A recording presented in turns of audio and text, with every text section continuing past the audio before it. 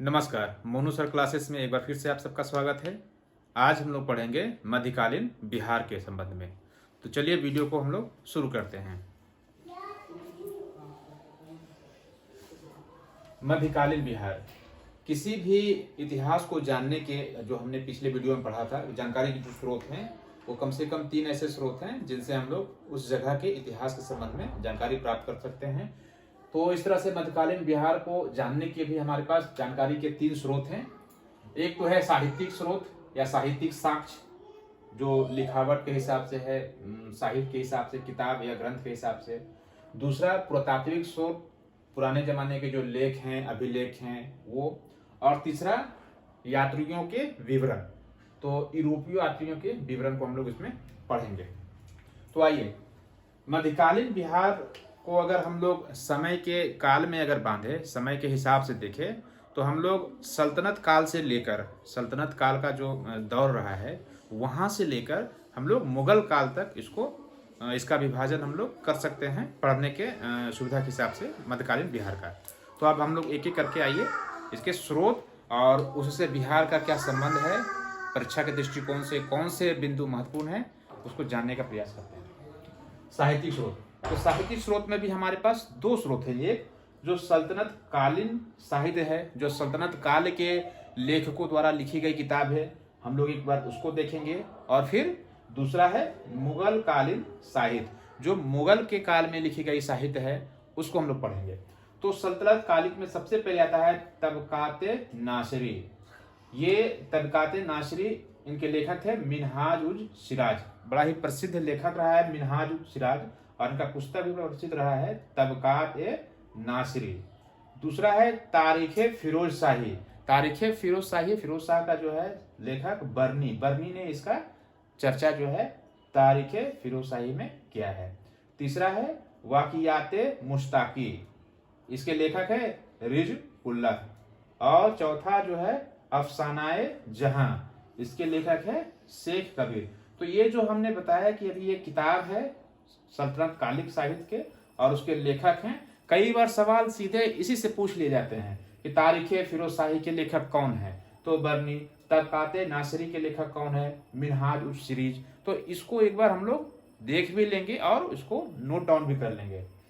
दूसरे में हम लोग आ जाए साहित्यिक साक्ष्य में मुगल कालीन साहित्य। मुगल के काल में जो लेखक थे उन्होंने बिहार के बारे में क्या लिखा है, मध्यकालीन बिहार के संबंध में क्या पता चलता है मुगल कालीन साहित्यों में, तो उसको हम लोग एक बार देखते हैं। पहला जो चर्चित नाम है अकबरनामा, किताब का नाम है अकबरनामा, जिसने अबुल फजल नामक लेखक ने लिखा था। अबुल फजल अकबर के दरबार में भी था और ये अकबरनामा लिखा है। दूसरा है तुजुके बाबरी, तो जैसा कि नाम से ही विदित है बाबरी, तो इसको किसने लिखा, ये बाबर का आत्मकथा है ये। तीसरा है तुजुके जहांगीरी, तो ये किसने लिखा है, ये नाम से ही पता चल जाएगा आपको, तुजुके जहांगीरी, तो ये जहांगीर ने लिखा है। और चौथा है आलमगीर नामा, इसको किसने लिखा है, मोहम्मद कासिम ने। तो हमने साहित्यिक साक्ष्य के बारे में चर्चा की, जिसमें सल्तनत कालीन जो पुस्तक है, 4 लेखकों और उसके पुस्तकों का नाम प्रमुख है, और फिर मुगल कालीन लेखक और उसके पुस्तकों की हमने चर्चा की, जो सीधे सीधे इससे ऑब्जेक्टिव टाइप का सवाल भी बन जाता है। और इन पुस्तकों को पढ़ने से मध्यकालीन बिहार के बारे में जानकारियां भी प्राप्त होती है। अब दूसरे पक्ष पे आते हैं हम लोग पुरातात्विक साक्ष्य। पुरातात्विक साक्ष्य मतलब पुराने समय के जो शासक हुआ करते थे, जो राजा हुआ करते थे, वो कुछ अभिलेख जो है लिख छोड़ते थे दीवार पे, गुहा लेख पे, स्तंभ पे, तो उससे भी हमको जानकारी मिलती है। तो आइए मध्यकालीन बिहार के बारे में कौन से ऐसे पुरातात्विक स्रोत हैं जिससे हम लोग को बिहार के बारे में जानने में मदद मिलती है, उसको एक बार देख लेते हैं। पहला है बल्लाल सेन का सनोखर अभिलेख। दूसरा है खारवार का अभिलेख। तीसरा है बुद्ध सेन का बोध गया अभिलेख। चौथा है फिरोज तुगलक का राजगीर जैन अभिलेख। हम लोग आगे पढ़ेंगे फिरोज तुगलक के बारे में कि कैसे इसने राजगीर में एक जैन मंदिर को दान दिया था, मतलब दक्षिणा दिया था, जैन मंदिर को इसने दक्षिणा दिया था। तो ये महत्वपूर्ण बिंदु भी है, इसको याद करके रखेंगे। फिर है शेर शाह सूरी का भभुआ अभिलेख, क्योंकि शेरशाह सूरी का जो क्षेत्र रहा है प्रमुख क्षेत्र से भभुआ शाहाबाद का पूरा क्षेत्र रहा है, तो वो शेरशाह सूरी का जो भभुआ अभिलेख है वहां से भी ये मध्यकालीन बिहार के बारे में हमको जानकारी प्राप्त होती है। और छठा है मोहम्मद बिन तुगलक का बेदीवन अभिलेख। तो ये भी वही इंपॉर्टेंट है, इसे पूछ देता है। जैसे कि बिहार में जो सवाल है वो सीधा सीधा पूछ लेगा कि बेदीवन अभिलेख किसका है, तो किस शासक ने पहली बार जो है बिहार में किसी जैन मंदिर को दान दिया था। तो आप इसको एक बार ध्यान से देख लीजिएगा, तो ये परीक्षा के दृष्टिकोण से अत्यंत महत्वपूर्ण है। अब आ जाइए, बिहार में आने वाले जो विदेशी यात्री थे और खासकर यूरोपीय यात्री थे, वो कौन से ऐसे प्रमुख यात्री थे जिसने बिहार में आकर बिहार के सांस्कृतिक, राजनीतिक और आर्थिक स्थितियों का वर्णन किया है, जिससे हमको मध्यकालीन बिहार के बारे में समझने में मदद मिलती है। उसको एक बार देख लेते हैं। आइए इसको देख लेते हैं। पहला जो है एक नाम आता है राल्फ फिंच का। राल्फ फिंच जो है ये ब्रिटिश लेखक था, ब्रिटेन का, इंग्लैंड का था। ये 1585 से 87 में आया अकबर के दरबार में, और जब ये आया तो ये पटना आया यहाँ पे, और उसने पटना के लोगों के बारे में बहुत ही भ्रांतिपूर्ण तरीके से उसका वर्णन किया है कि सब लोग अंधविश्वास में डूबे रहते थे। यहाँ पे उसने लिखा है कि बहुत अजीब गरीब प्रथा थी, और एक महत्वपूर्ण चर्चा उसमें किया है कि पटना के लोग जो है वो जमीन से सोना निकालते थे। ये अपने पुस्तक में, ये अपने विवरण में ये राल्फ फिंच जो है लिखता है कि पटना में क्या है, जमीन कोड़ के जमीन से जो है वो सोना निकालता था। तो चूंकि पटना की स्थिति जब देखेंगे आप, तो गंगा और सोन नदी के बिल्कुल मुहाने पे बसा हुआ, गंगा उधर से आ रही है, इधर से सोन नदी आ रहा है, और बीच में पटना बसा हुआ है। तो लोग ऐसा मानता था कि सोन नदी का जो नाम है ना, वो इसीलिए पड़ा है कि उनके किनारे से मिट्टी खोद के, बालू खोद के उसको सोना निकलता था, ऐसा नाम भी सोन नदी पड़ा है। उसका वर्णन करता है वो, पटना में जमीन से लोग सोना जमीन से खोद के निकालता था। दूसरा है जॉन मार्शल, ये भी ब्रिटिश एक था इतिहासकार। वो औरंगजेब के काल में आया था, और वह पेशे से एक डॉक्टर था। तीसरा है मनुची। मनुची इटली का एक यात्री था, और वो शाहजहां के समय में आया था। मनुची जब पटना आया तो उसने यात्रा में लिखाया है कि उस समय, मतलब शाहजहां के काल में पटना की जो स्थिति थी, उसने वर्णन किया है कि इस समय पटना की जनसंख्या जो है वो लगभग 2 लाख रही थी। ये मनुची विवरण करता है। चौथा है मैनरिक। मैनरिक हॉलैंड का था, ये शाहजहां के काल में ये भी आया था। और पांचवा है एडवर्ड टेरी। एडवर्ड टेरी भी जो है वो 1616 में आया था, और ये भी जहाँ इसके काल में, मुगल काल में ही आया था, और ये भी एक इंग्लैंड का ही यात्री था। तो इस तरह से हमने देखा कि बिहार के मध्यकालीन इतिहास को जानने के कौन कौन से स्रोत हो सकते हैं। तो एक बार स्क्रीनशॉट ले लीजिए, ये ऑब्जेक्टिव के हिसाब से भी काफ़ी महत्वपूर्ण है। फिर आगे हम लोग एक एक करके शासकों के बारे में और मध्यकाल के जो भी इतिहास हैं बिहार के, उसको हम लोग विस्तृत से पढ़ेंगे।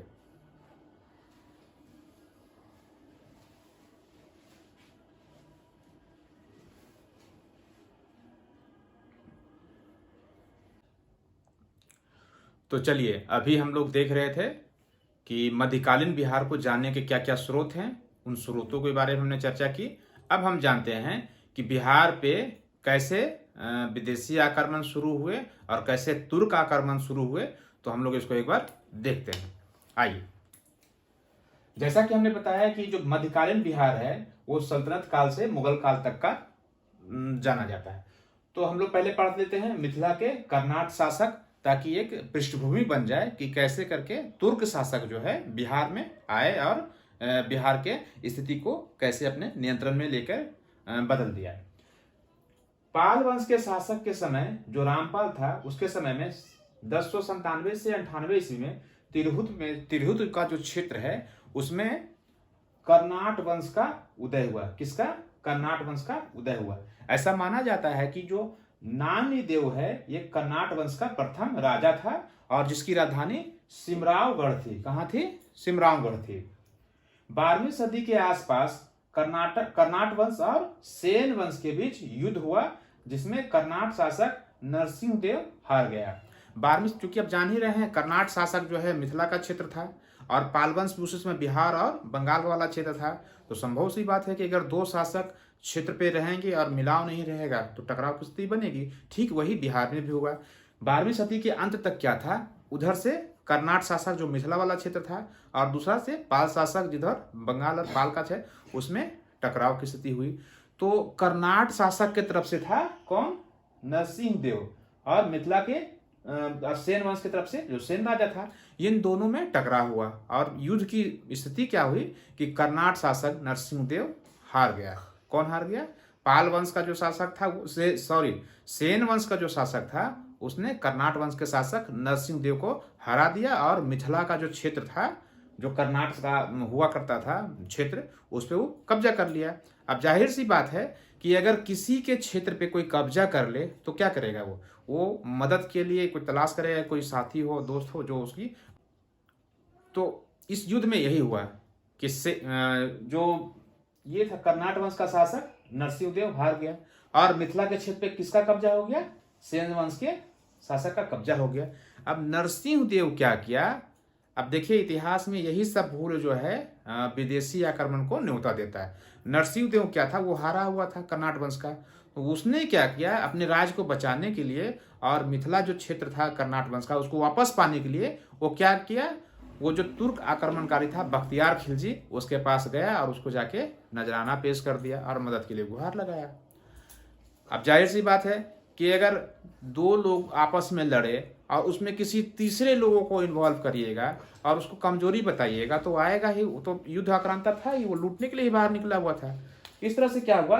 बख्तियार खिलजी को जो है वो कौन मिला? नरसिंह देव, जो सेन वंश से अपने हार का बदला लेना चाहता था, मिला बख्तियार खिलजी से, उसको नजराना पेश कर दिया और ये परंपरा चला दिया। उसमें क्या था कि जो दिल्ली के सल्तनत काल का जो भी प्रतिनिधि होता था उसको कर्नाट शासक जो है वो नजराना दिया करता था। अब यही स्थिति जो है वो बिहार के लिए जी का जंजाल बन गया। अब देखिए आगे इसको कैसे करते हैं। 12वीं सदी के अंत तक बख्तियार खिलजी जो है वो बिहार पे हमला किया। उसको आदत लग चुकी थी नजराना पेश करने का, और सारा उसको भेद पता चल दिया ये नरसिंह देव सेन वंश का था। उसने क्या किया? 12वीं सदी के अंत और 13वीं सदी के शुरुआत में जो है 1198 ईस्वी में वो क्या किया? वो बिहार पे आक्रमण किया। और बिहार पे कहाँ आक्रमण किया?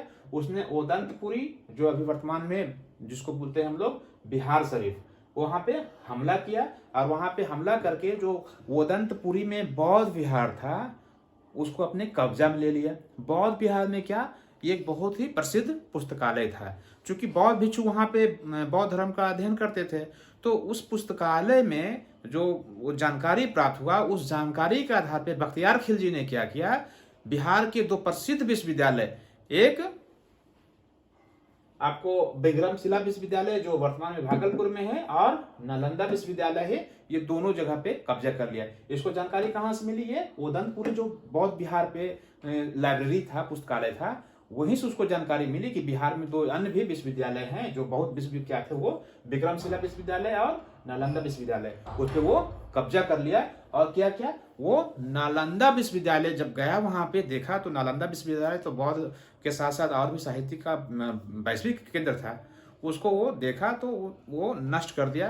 किसको? नालंदा विश्वविद्यालय को नष्ट कर दिया, और वहां पे बख्तियारपुर नाम का शहर बसा दिया। ऐसा कहा जाता है कि जब नालंदा विश्वविद्यालय को बख्तियार खिलजी ने नष्ट किया था तो उसमें जो किताब वो ले जा सकता था ले गया, और जो किताब नहीं ले जा सकता था उसको जला दिया। और ऐसा कहा जाता है, ऐसा किंवदंती है कि जो किताब जलाया था नालंदा विश्वविद्यालय का, लगातार कई माह तक वो जलते रह गया था। इतना मोटी मोटी किताब था और इतना ग्रंथ था, उसको जलाने में इसको समय लगा। क्योंकि नालंदा विश्वविद्यालय को नष्ट करके उसने बख्तियारपुर नामक नगर बसा दिया। और नालंदा विश्वविद्यालय में बौद्ध विहार की अधिकता के कारण इसको क्या कहा? विहारों का प्रदेश। बौद्ध विहार मतलब रहने का जगह। चूंकि नालंदा में बौद्ध लोग बौद्ध धर्म के मतानुयायी रहते थे, तो उस क्षेत्र में सिर्फ बौद्ध लोग के आवास के कारण होने इस क्षेत्र को नाम दिया बौद्ध विहारों का प्रदेश। किसका नाम दिया? बौद्ध विहारों का प्रदेश। तो इस तरह से हो गया। अंतिम समय में बख्तियार खिलजी की हत्या उसी के एक सेना अधिकारी ने कर दी। बख्तियार खिलजी का ही एक सेना का अधिकारी था, उसकी हत्या कर दिया। और बिहार शरीफ के है एक मोहल्ला है जिसका नाम है इमादपुरी, वहीं पे इसको दफना दिया। तो इस तरह से हमने देखा कि कैसे कर्नाट शासक के एक शासक नाम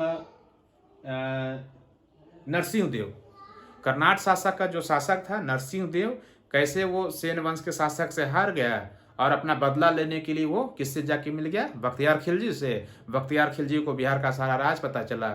वो आया 1198 में, यहाँ पे सबसे पहले तो बिहार शरीफ पे ही हमला कर दिया, ओदंतपुरी पे, और बाद में फिर वहाँ जो पुस्तकालय था उसके सूचना के आधार पे वो दो और जो है विश्वविद्यालय आपको भागलपुर का विश्वविद्यालय और दूसरा नालंदा का विश्वविद्यालय, वो दोनों जगह हमला करके उसको बिल्कुल पूरी तरह से नष्ट कर दिया। कि कैसे बख्तियार खिलजी आया और बिहार पे आक्रमण करके उसको तबाह किया।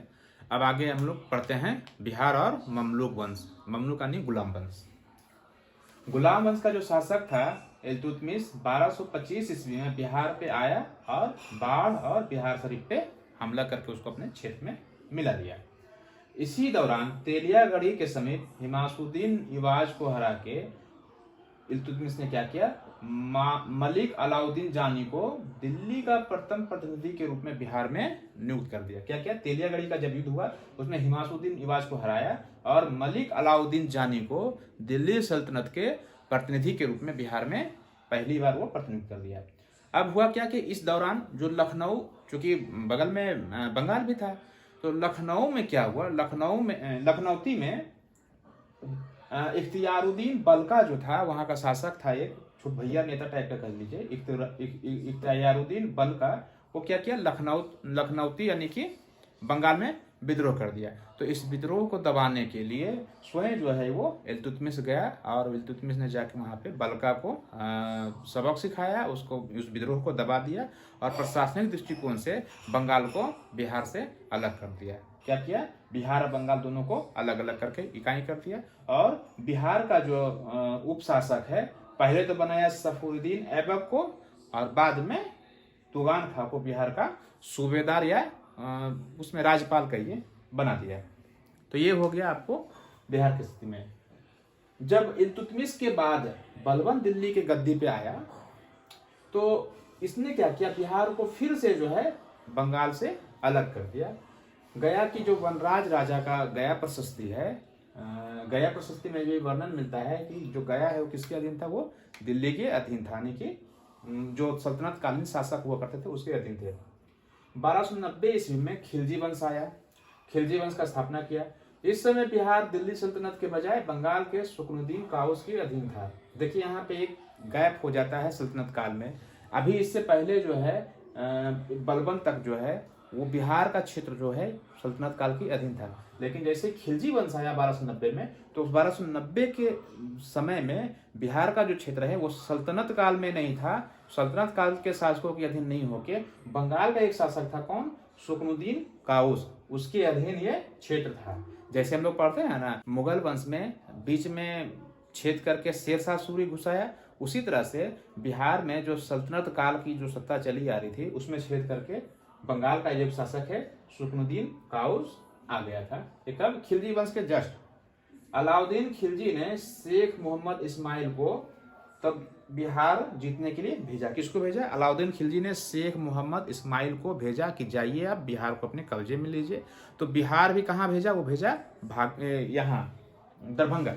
तो दरभंगा का जो शासक था उसमें शक्र सिंह बड़ा मजबूत शासक था। उसने क्या किया, जो इसके शासक थे अलाउद्दीन खिलजी का जो प्रतिनिधि था शेख मोहम्मद इस्माइल, उस शेख मोहम्मद इस्माइल को ही हरा दिया। लेकिन बाद में क्या हुआ, शेख मोहम्मद इस्माइल बाद में मदद मांगा और शक्र सिंह को बंदी बना के वो दिल्ली ले गया अपने शासक के पास में। जब दिल्ली ले गया वहां पे, तो बाद में शक्र सिंह और अलाउद्दीन खिलजी के बीच समझौता हो गया। किसके बीच, शक्र सिंह और अलाउद्दीन खिलजी के बीच समझौता हो गया। और अलाउद्दीन खिलजी और शक्र सिंह के बीच जो समझौता हुआ, इतना अच्छा मधुर संबंध बना कि जब अलाउद्दीन खिलजी ने रणथंभौर का अभियान किया तो शक्र सिंह जो है अलाउद्दीन खिलजी के तरफ से वो रणथंभौर में युद्ध में भाग लिया था। बिहार के शाहपुर यानी भोजपुर से भी खिलजी कालीन सिक्का प्राप्त हुआ है। बिहार के शाहपुर यानी भोजपुर का जो इलाका है ना, वहां से भी खिलजी कालीन सिक्का प्राप्त हुआ है। तुर्क सेना जब बिहार और बंगाल के अभियान पे आ रही थी, तो बिहार और बंगाल के अभियान के दौरान उसने राजा हरि सिंह देव पे हमला किया। किस पे हमला किया, राजा हरि सिंह देव पे हमला किया। और हरि सिंह देव पे हमला करके गयासुद्दीन तुगलक ने तिरहुत क्षेत्र को अपने कब्जे में किया और वहां पे एक टकसाल शहर की नींव रखी। उस समय गयासुद्दीन तुगलक के समय में संभवतः जो दरभंगा है उसे ही तुगलकपुर के नाम से भी जाना जाता था। उस समय जो सल्तनत काल के जो भी शासक तुर्क आए या तुर्की जो भी शासक आए जो बिहार में अपना शासन जमाए हुए थे, तो बिहार शरीफ उन सभी शासकों का राजधानी, स्थानीय राजधानी हुआ करती थी। कहाँ? बिहार शरीफ। बिहार शरीफ का उस समय के जो भी तत्कालिक शासक हुआ करते थे, तुर्क के हो या सल्तनत काल के हो, उस सब की राजधानी कहाँ थी? बिहार में बिहार शरीफ थी। यहाँ से फिरोज शाह तुगलक का फारसी अभिलेख भी प्राप्त होता है। किसका? बिहार शरीफ से फिरोज शाह तुगलक का फारसी अभिलेख भी मिला। फिरोज शाह तुगलक जब 1351 ईस्वी में सल्तनत का सुल्तान बना, मतलब दिल्ली सल्तनत का सुल्तान बना, कब? 1351 में फिरोज शाह तुगलक ने जब गद्दी संभाली दिल्ली सल्तनत का, तो उसने क्या किया? बिहार को अपने कब्जे में लिया। इसके बाद फिरोज शाह तुगलक के बाद कोई ऐसा उसका कोई योग्य उत्तराधिकारी नहीं रहा जो कि बिहार पे शासन कर सके। लेकिन इसी बीच तुगलक काल का जो एक महत्वपूर्ण शासक था मलिक इब्राहिम या मलिक बयार, वह एक प्रमुख शासक था और उसका एक मकबरा है बिहार शरीफ में जो कि शंकु आकार का है, कोन की आइसक्रीम के आकार का है, जो कि स्थापत्य का एक प्रमुख उदाहरण है इसमें। तो आज के लिए इतना ही। अब अगले क्लास में हम लोग फिर से मिलते हैं।